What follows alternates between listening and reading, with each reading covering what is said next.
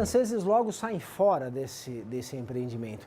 Sai fora o quê? Depois de 30 anos, né?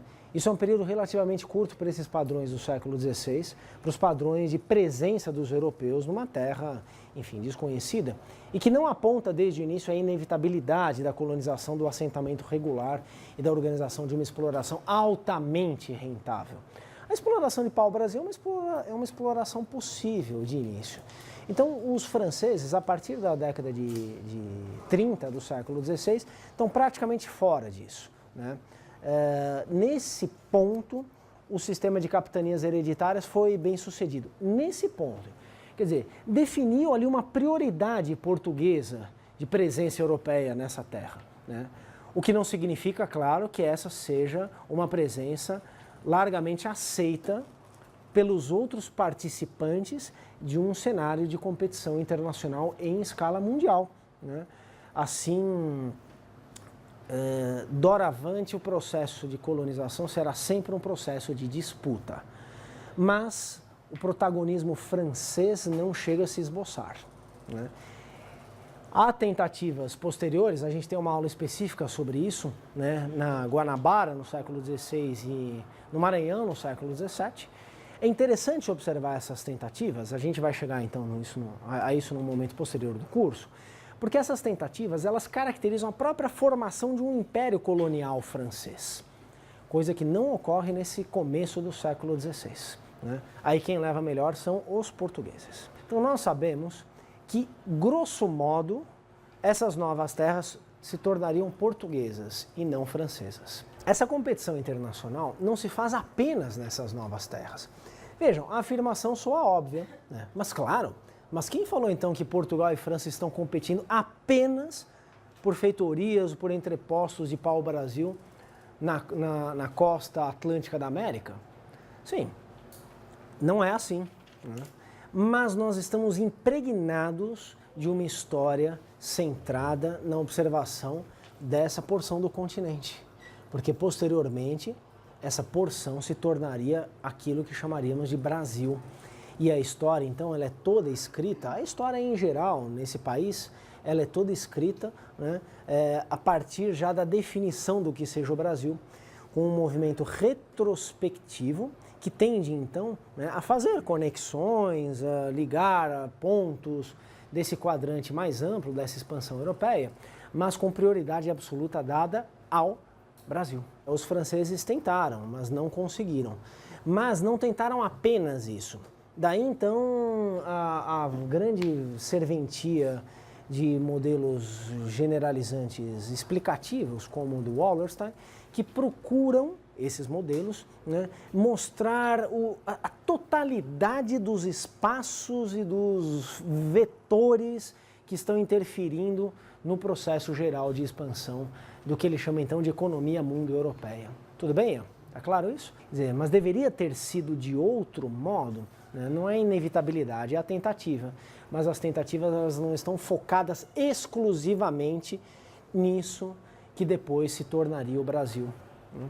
Claro, já disse também que esse foco numa história nacional, mesmo em se tratando de uma história não nacional, não é privilégio exclusivo do ensino de história no Brasil. Isso acontece em tudo quanto é país. Sim? Legal. Tudo bem, pessoal? Sim?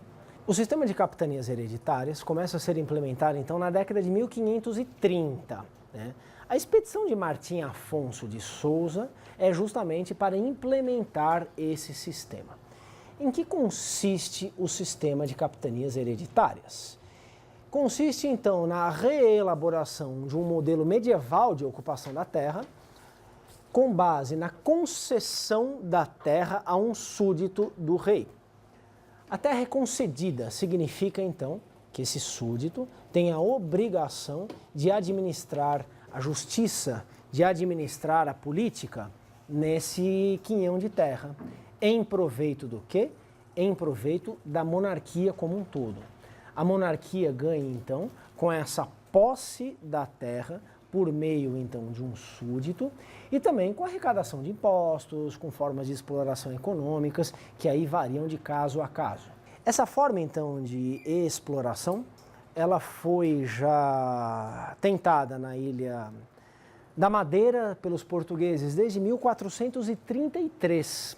Posteriormente, ela também seria experimentada nas outras ilhas atlânticas, nos Açores, em Cabo Verde, em São Tomé e Príncipe, até chegar ao Brasil na década de 1530. Posteriormente, esse sistema seria devolvido à África, com a sua implementação em Angola em 1571 e em Serra Leoa em 1606. Atenção, o sistema de capitanias hereditárias foi extinto juridicamente no Brasil apenas em 1770. A última capitania foi abolida apenas no século XIX.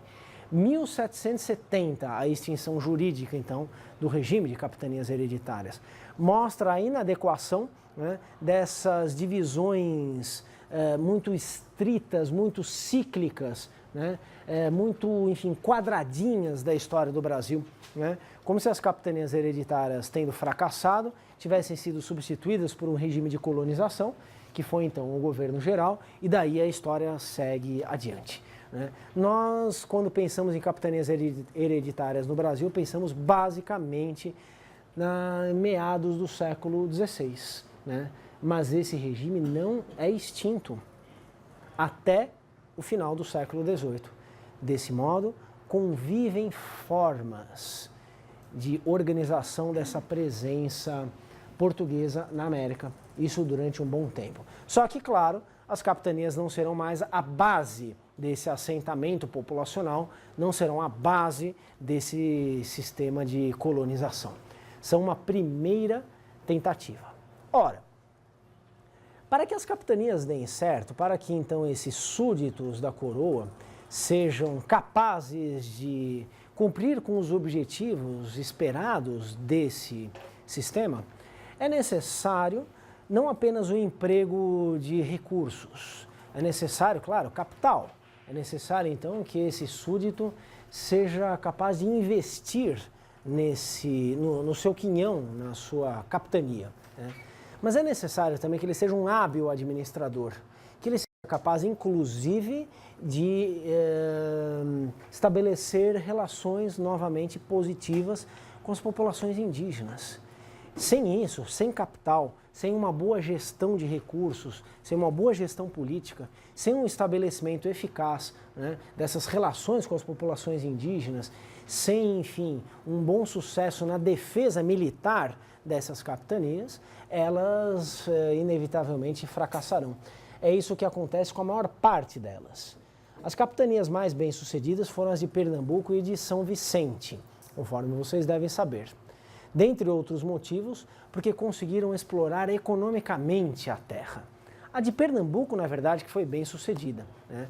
A de São Vicente ela é bem sucedida até um certo ponto, mas até o limite da incorporação, né, dessa região a um processo de colonização que está em marcha a partir da segunda metade do século XVI. Durante muito tempo, a região da capitania de São Vicente será uma região periférica no conjunto da colonização, o que também é uma coisa razoavelmente fácil de se entender, mas que precisa ser afirmada tanto mais quanto em São Paulo, sobretudo, né, se ensina uma história muito centrada em São Paulo, né?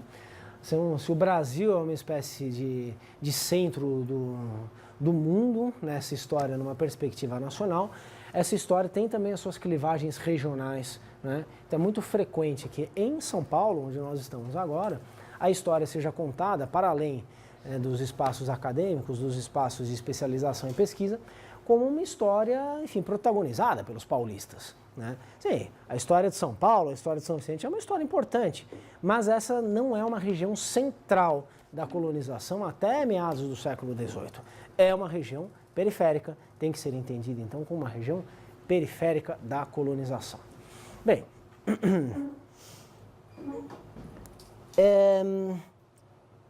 observemos então algumas imagens que eu trouxe aqui, né, que dizem respeito a essa divisão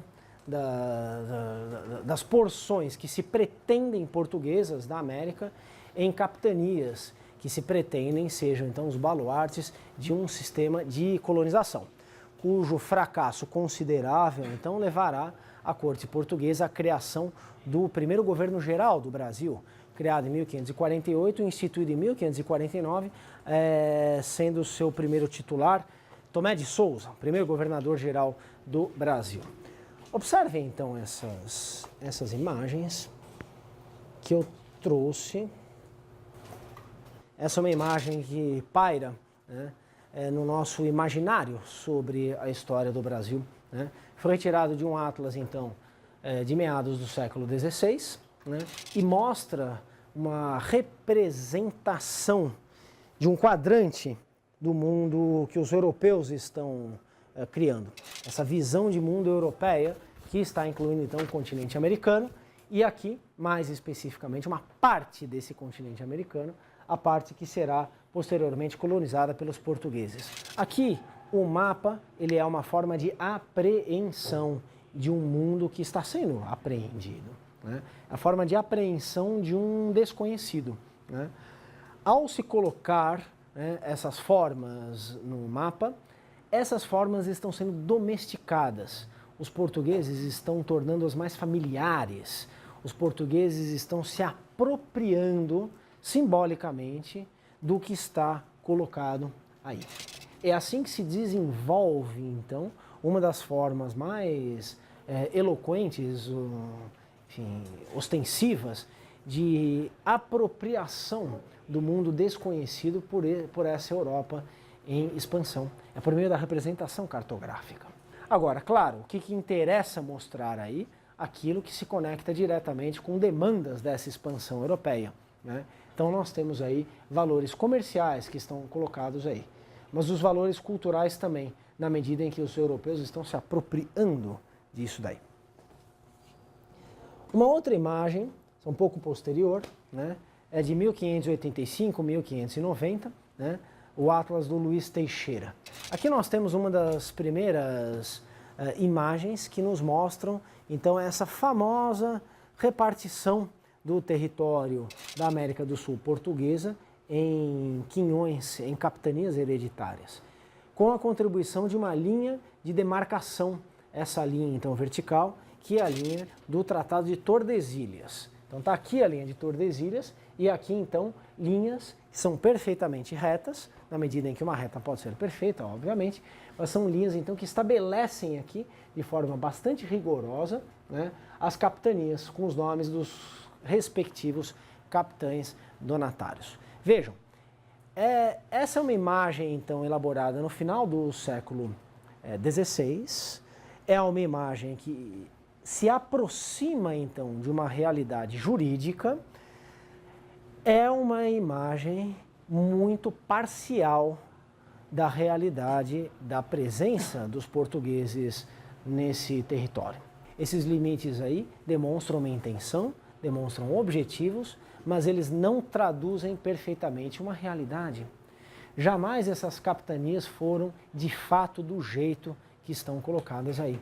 Não se sabia na prática, ali no cotidiano dessas capitanias, onde começava uma, onde terminava outra, né? Ninguém tinha certeza disso. Menos ainda os quinhões territoriais dessas capitanias em direção ao sertão, em direção a essa linha de demarcação, que na prática não tinha quase nenhuma vigência.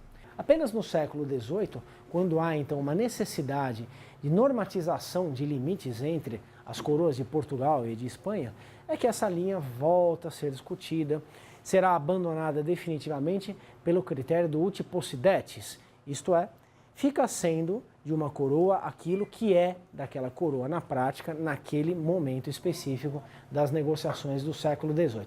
Aí a linha de Tordesilhas definitivamente deixa de ter qualquer pretensão de validade jurídica. Validade prática, no entanto, ela nunca teve.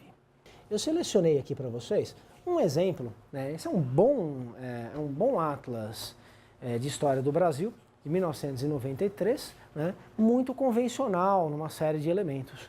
Um dos elementos convencionais reside justamente na insistência dessa linha de Tordesilhas cruzando algo que ela não poderia cruzar quando ela foi estabelecida em 1494 e nos dando a impressão de que ela teria alguma vigência, né, prática, coisa que também ela não tinha. E agregando então a essa linha vertical de Tordesilhas, as linhas horizontais dessas capitanias, esses traços perfeitos, né? Aqui, pelo menos nesse atlas, nós temos a abolição dos limites do território atual do Brasil, que não existiam, enfim, nada que se assemelhasse a isso lá no século XVI, quando foram estabelecidas então as capitanias hereditárias no Brasil, né? Pelo menos então nós não temos esses limites do Brasil, o que já dá uma ideia de uma historicidade da relação dos portugueses com o território mais adequada.